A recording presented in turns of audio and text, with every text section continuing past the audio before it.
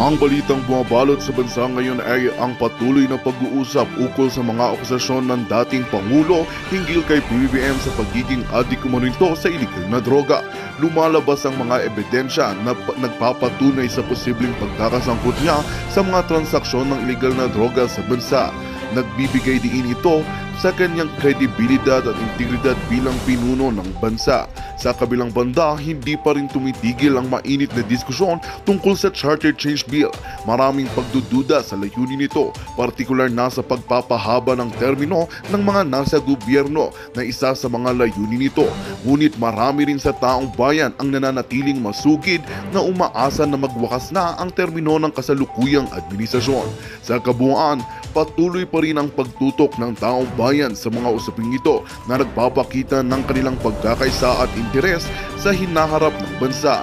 Ang kahalagaan ng integridad at pamahalaan ay ang kinabukasan ng liderato ay patuloy na nasa gitna ng atensyon ng sambayanan. Well, ito nga ang balitang ating pagkakatutukan. Ngunit bagong lahat, siguraduhin mag-subscribe at i-hit ang notification bell para sa patuloy na pagtutok sa mga suliyap ng bagong balita sa tunay na boses ng masa.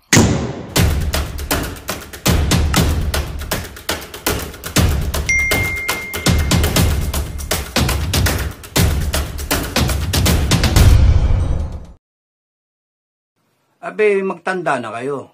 Ito nga mga kababayan, bago natin ituloy ang video na ito, kung bago ka lang sa aking YouTube channel baka pwede makahingi ng like at subscribe at click mo na rin ang notification bell para updated ka sa aking nilalabas na bagong video. Salamat po.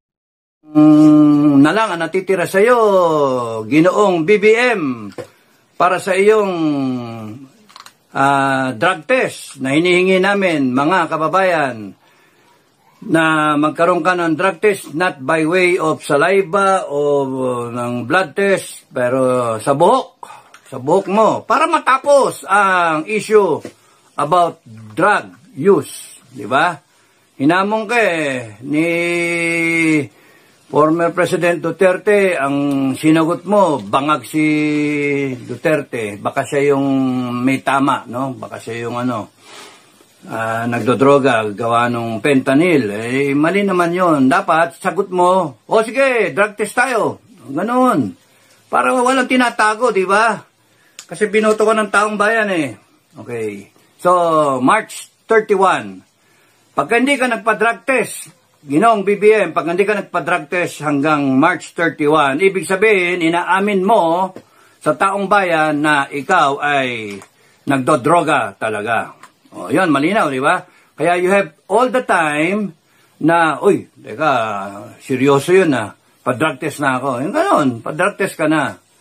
Kung hindi, meron tayong presidente na addict. Ay, hindi pwede yun. Hindi ako papayag sa ganon. No.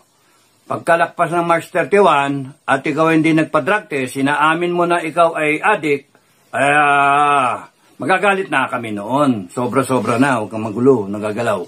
Nagagalaw. Ang doon, hindi pwede presidente adik. Saka nakakita ng presidente na adik. Kahit sa South America, yung sa Colombia, hindi namang adik ang presidente doon. Mga kriminal lang ang adik So, yun na, pa-drug test. Bawat mamamayan ngayon, kung ano talaga yung nangyayaring tama at mali sa bansa natin. In fairness to BBM and his administration, meron namang mga ginagawang tama. Okay? Meron namang ginagawang tama. Ang problema, yung ginagawang tama ay nasasapawan ng mga ginagawang mali. Natatambakan. Natatabunan. Kaya useless yung ginawa mong tama kung yung net effect, yung net result ay panay mali ang nagagawa. May magsasabi, ba't di ka tumakbo ng presidente? Ba't ako tatakbo ng presidente? Loko-loko. Sakit ng ulong Pilipinas, akala nyo ba? Sakit ng ulo. Ang hirap niyan, maraming gustong tumakbo ng presidente at nagwawagi na maging presidente, yung pala, hindi kaya. Yun yung problema. Mabuti nang umpisa pa lang, sabihin mo nang hindi mo kaya. Kasi mag-ambisyon kayo, and then Pagka naging presidente, ayan, naging kagaya ni BBM na hindi kaya. At maraming naloko, maraming naniwala. Isa na ako ron. So, ba't ko sinasabi na gano'n yung ano natin? Kasi maraming Pilipino nagtatanga-tangahan, nagbubulag-bulagan. Pero magkakaalaman yan. Dadating yung takdang araw. Sinasabi ko sa inyo, dadating yung takdang araw when people will really go out and then declare na ayoko na, tama na, ayoko na ng ganitong klaseng gobyerno, ayoko ng arroganting politiko, mga animal kayo, kayong mga politiko, ang yayabang ninyo pagka naboto na kayo, hindi na kayo malapitan, ang titigas ng ulo ninyo, panay-snub kayo. Inaano nyo kami, hindi nyo kami pinapansin. Pero nung nagliligaw kayo para boto kayo, abay, ang kakala nyo babait ninyo. Di ba? Tapos ngayong dadating ang 2025, ayan na naman kayo. No, pumapapil na naman kayo. Nagpapapansin kayo. At the expense of the Filipino people again. Ang masasabi ko lang sa taong bayan, kung aabot tayo sa 2025, papaabutin nyo yung ganyang mga style, abe, magtanda na kayo. Kasi kung hindi kayo magtatanda, good luck again. Another 3 years, lost. Yun 3 years. Every 3 years, lost. So ngayon, from 1986, na it should have been the start of a new era in Philippine politics, in the Philippines history, 1986, 2024. Walang 38 years. 38 years. Putragis niyan ng mga, sorry pero yun yung nakakainis. So mabuti pa nag-take over na lang noon ang RAM. Kasi merong supposed to be na mga junta people at that time. If not for 1986, it would have been sana Enrile or Ramos or whoever, or probably a council of elders, pero connected yung i-discuss ko, hindi pa, iba pa yon. Nag-intro pa lang ako haba na intro ko. So, ang ano doon, if it was well thought of, well-planned, hindi mangyayari yung ganito sa atin. Nangyari, tapos nag-Cory, and then kudita, and then nung 89 bloody, nagkapatayan pa, merong junta government na i-install at that time ng mga politiko. Then, so yun yung mga gusto kong upakan At that time, siyempre, hindi pa nag-unfold yung magiging history ng Pilipinas na kawawa tayo sa mga abusadong politiko. Politiko ang sisira ng future ng Pilipinas. That is a fact now. Okay? Walang argument doon. Panay politiko na binoto ninyo ang patiko, ang sumira sa magandang future ng bansa natin. 38 years. Isipin nyo, what was Singapore 38 years ago? What was China 38 years ago? In 1995, nagpaalam pa sila, Bossing, Capital, pwede ba kaming magtayo dyan ng parang shanty-shanty dyan sa Mischief Reef? Sabi nito, sabi nga ni Ramos, pwede. Daungan ng mga fishermen. Military base na ngayon Hindi ka nga pwede lumapit, pati buong South China Sea nang kinili.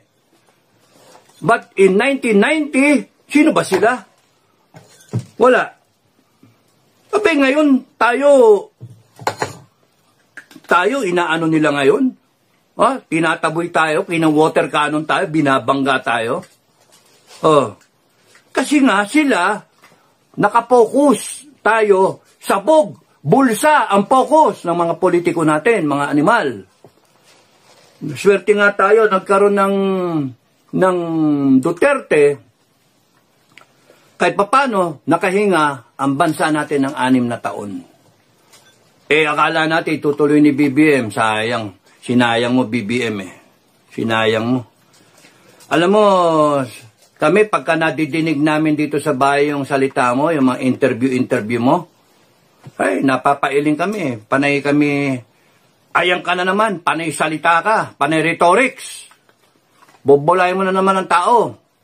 Ganun kami, pero nung kumpanya, all praises kami. Wow, ang galing. Wow, wow, wow. Pero ngayon, wala You know why? Because almost 2 years ka na Anong ginawa mo? Anong ginawa mo? Kaya nga nakakainis ka Kaya nga, TikTok, malapit ka na. Ang tingin ko, hindi ka talaga makakatapos ng term mo. Tingin ko lang baka mali ako. Pagdasal niyong mali ako. Baka hindi ka makatapos. Kasi abusado kayo Okay. So, thank you kay Ricardo Dula and family. Maraming salamat sa inyo, Marilyn, Lian, and Lance. So, yung WPS ngayon, incident na naman. Sabi ni Marptech, mag-comment daw ako. Anong comment ko sa West Philippine Sea incident na naman? Ang comment ko lang dyan, diplomatic protest na naman. Diplomatic protest na naman ang isasagot ng Pilipinas dyan. Sabi naman sa inyo, posisyon ko dyan sampulan Sampulan. Ngayon, mahirap explika, from the military standpoint kasi. Okay, alam natin yung diplomatic standpoint. Diplomatic standpoint, file ka lang protest lagi. Okay? Tapos nun, from the military standpoint, pag wala ka respeto sa akin, I will make sure that you will respect me. No? Binabanatan mo ko. Pero yung iba na hindi military man, o siguro, natatakot na baka magkagera. Okay? Pero hindi naman. Pagka, alam mo kasi yung nangyayari, alam mo may nagigab. Possibility na maipasa ito. So muli, sasabihin natin, no to PI, no to charter change. Hindi natin pinagkakatiwalaan itong grupo ng lalo na itong mga kongresista na nakita natin ang kanilang opresyon at karahasan pag-aabuso sa kanilang power. So pasado na para sa Kongreso or sa lower house, sa House of Representatives, ang resolution of both houses number 7 para amyendahan ang on Wednesday the resolution of both houses number 7 which seeks to amend the economic provisions of the 1987 Constitution. Ito nga mga kababayan, bago natin ituloy ang video na ito, kung bago ka lang sa aking YouTube channel baka pwede makahingi ng like at subscribe at click mo na rin ang notification bell para updated ka sa aking nilalabas na bagong video. Salamat po. Okay? Gayon pa man, medyo ang concern natin dito, of course, yung sinabi na ni dating Pangulong Rodrigo Duterte na once magkaroon ng Constituent Assembly, lahat ng bagay sa loob ng saligang batas will be open and vulnerable to change. So hindi na natin makokontrol what things are going to be changed. And of course, since they are incumbents, malaki yung possibility na maipasa ito. So muli, sasabihin natin, no to PI, no to charter change. Hindi natin pinagkakatiwalaan itong grupo ng lalo na itong mga kongresista na nakita natin ang kanilang opresyon at karahasan pag-aabuso sa kanilang power, kanilang kapangyarihan. Pinasa ngayon ng House ang RBH 7. At niratrat yan ng Kongreso. Dire-diretso, 3 times a week sila naghihiring ang bilis-bilis. Tapos naipasa nga nila the committee on the whole of the whole. Ibig sabihin, kunwari committee, pero actually it's the plenary na buong-buo, nag-discuss at saka nagboto. So pasado na para sa Kongreso or sa lower house. sa House of Representatives ang resolution of both houses number 7 para amyendahan ang saligang batas. Double check natin kung ano yung 7 kasi ang alam ko yung number 6 yung sa economic provisions. Tignan natin kung pareho yon, ha.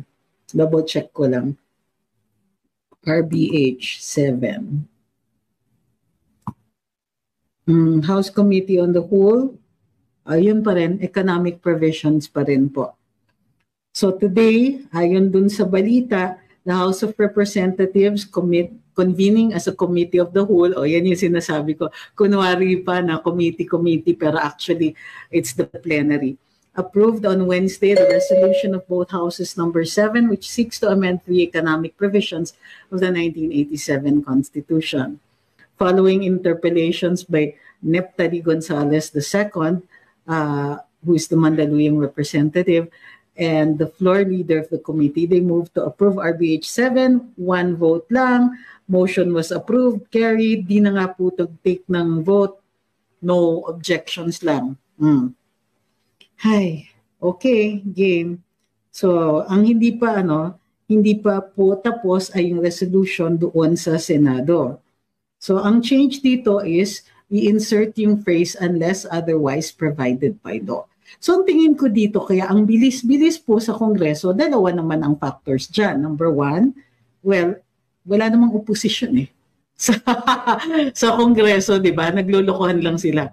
Tapos, pangalawa, nagmamadali sila para magkaroon na kaagad ng Constituent Assembly kasi nga katulad ng winarning ni dating Pangulong Duterte, once nakaupo na ang Constituent Assembly, dire-diretso na, pwede nang ratsatadahin yan at marami nang mabulatlat at magpo-propose sila ng mga pagbabago dyan. Hi kay Bong Casino, nagpadala siya ng rose. Thank you very much. Hi guys. Kumain na kayo? Okay. So, sabi ni Ma'am Marilu, walang opposition kasi pantay ang hatian. Grabe kayo. Bakit ang harsh nyo sa Kongreso? Nagtatanong lang po, hindi naman ako nagdi-disagree. Okay. Sabi ni Ma'am Victoria Cruz, good evening, attorney, at sa lahat ng umasim sa pag-asa sa BPBM admin na inaasahan. Sus ko, teka, aabutin ko lang po yun siya ako.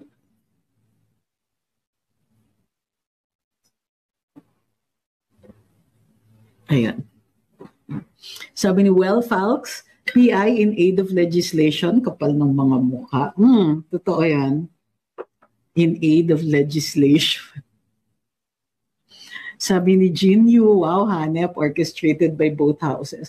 Mas, on this matter, on other matters, not necessarily so. On this matter, naiintindihan ko yung Senado kung bakit gusto nilang i-slow down. Sabi ni Meta X, ang kagaling. Teka muna, the last time na tanong ako ng ganon, tatay ko pa, 1994 pa po yung maon yun. So ano po yun? San kagaling? Bakit ganun? Parang ang feeling ko, parang tunog ng tatay ko o nanay ko, at san kagaling? Ganon. Thank you kay Jo Malisa. Nagpadala siya ng rose. So hindi nga seryoso, tinatanong mo talaga, saan kagaling?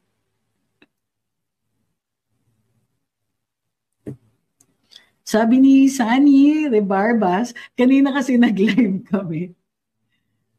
Sabi ni Chadi, di po ba ikaw yung na-disbar po yata? Hindi ako na-disbar. Gusto mong ulitin yan, ma-file lang kita ng libel. Next time magtatanong ka po ng ganyan, make sure include niyo yung address para hindi na pahirapan pag nag-file ako ng libel sa'yo, ha? Okay. Kailan tayo lalabas sa kalye? Sabi ni Well Falk, sa harap naman tayo ng Congress. Well, gusto kong join doon sa sumali doon sa sa SMNI. Remember, every day po sila sa Liwasang Bonifacio, starting today. Tapos maraming doon ang hindi na po aalis, dire-diretso na sila hanggang the 12th, I think.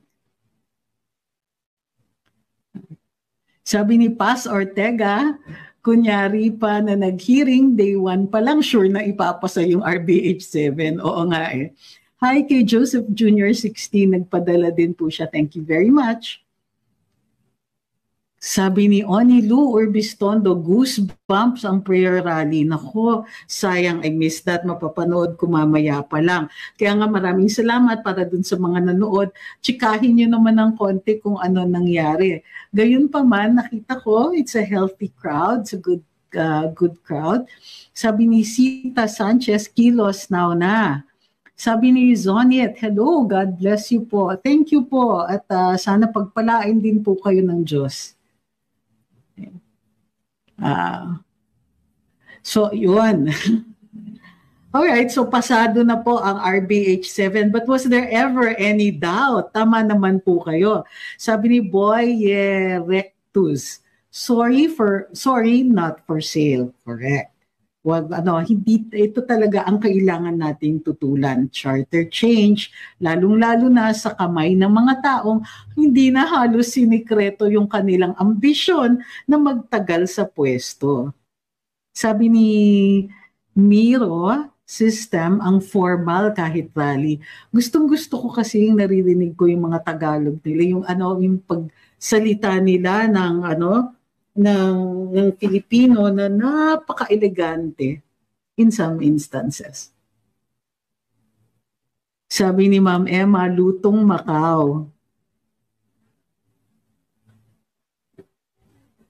Sabi ni Meta X, anong magiging implication niyan? May say pa rin ba ang Senate? Opo, voting separately pa rin po sila. So wala naman pong rule na nag-i-insist na kailangan voting jointly. Sabi ni Nebaike, attorney mukhang pro-chacha na rin si Zubiri eh. I don't think so, but let's wait. Pro-chacha siya dun sa economic provisions dahil ito po ay isang kompromiso. So, tignan natin, maaari pa rin naman nating tutulan yan, gayon pa man. Hindi ako happy dahil nga, ang sabi ng dating Pangulong Duterte, once mag-constituent assembly, ayan na po yun. Ngayon, tignan natin, siyempre, ang Senado, seryoso naman sila mag-discuss niyan, hindi yung discuss-discussan lang, para may, kumbaga, rubber stamp lang pala. So tingnan naman po natin kasi it will really depend kung ano yung diskusyon ng Senado. Sabi ni Chester, mahal ka po namin, attorney, dahil kayo po ay para sa Pilipinas at para sa Pilipino. Opo, hindi. Actually, natutuwa ako sa inyo kasi naiintindihan nyo na hindi rin lahat kailangan sang-ayunan natin, hindi rin lahat kailangan tutulan natin. Ang tinitignan nyo po ay yung substance ng argumento. Kaya nakakatuwa po kasi tumataas yung antas ng diskurso. Sabi ni Onyo, masyadong mailap sa interview dito. Ayun, sa ibang lahi pa siya napahiya. Yan ba yung interview kanina? Ay, kahapon. Oo nga. Medyo, hindi kasi, pero to be fair gusto ko lang fair tayo kay Pangulo, yung tawa niya ay nervous laughter. Alam mo yan, yung at saka parang frustrated na, hanggang ngayon pa ba, tinatanong niyo pa rin yung ill-gotten wealth na yan? Well, hindi na niya maiiwasan yan.